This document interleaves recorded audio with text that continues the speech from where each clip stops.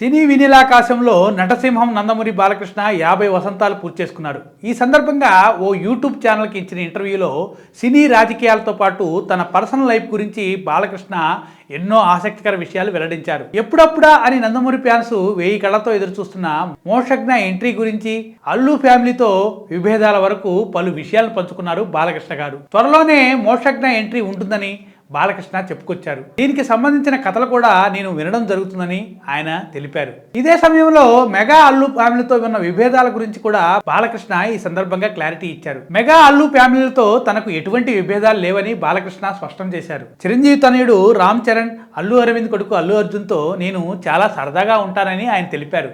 ఇటీవల అల్లు అర్జున్ నటిస్తున్న Pushpa 2 cinema shooting కూడా నేను వెళ్ళానని బాలకృష్ణ వెల్లడించారు. ఆ సమయంలో అల్లు అర్జున్ దర్శకుడు సుకుమార్తో చాలాసేపు మాట్లాడటం జరిగిందని బాలకృష్ణ తెలిపారు. నేను అల్లు అరవింద్ గారి కోసమే అన్స్టాపబుల్ షో చేశానని ఆయన చెప్పుకొచ్చారు. తమ మధ్య విభేదాలు ఏమీ లేవని, కాకపోతే తరచూ కలుసుకోమని బాలయ్య చెప్పారు. ఎవరి సినిమాలతో వారు బిజీగా ఉంటామని, అందుకే బయట పెద్దగా కలవనని ఆయన తెలిపారు. కానీ ఏదైనా సినిమా ఈవెంట్స్లో కలిసినప్పుడు మాత్రం అందరం బాగా కలిసిపోతాము అని చెప్పారు బాలకృష్ణ గారు. ఈ ఇంటర్వ్యూతో మెగా అల్లు ఫ్యామిలీతో తనకు ఎటువంటి విభేదాలు లేవని బాలకృష్ణ స్పష్టం చేసినట్టు అయింది.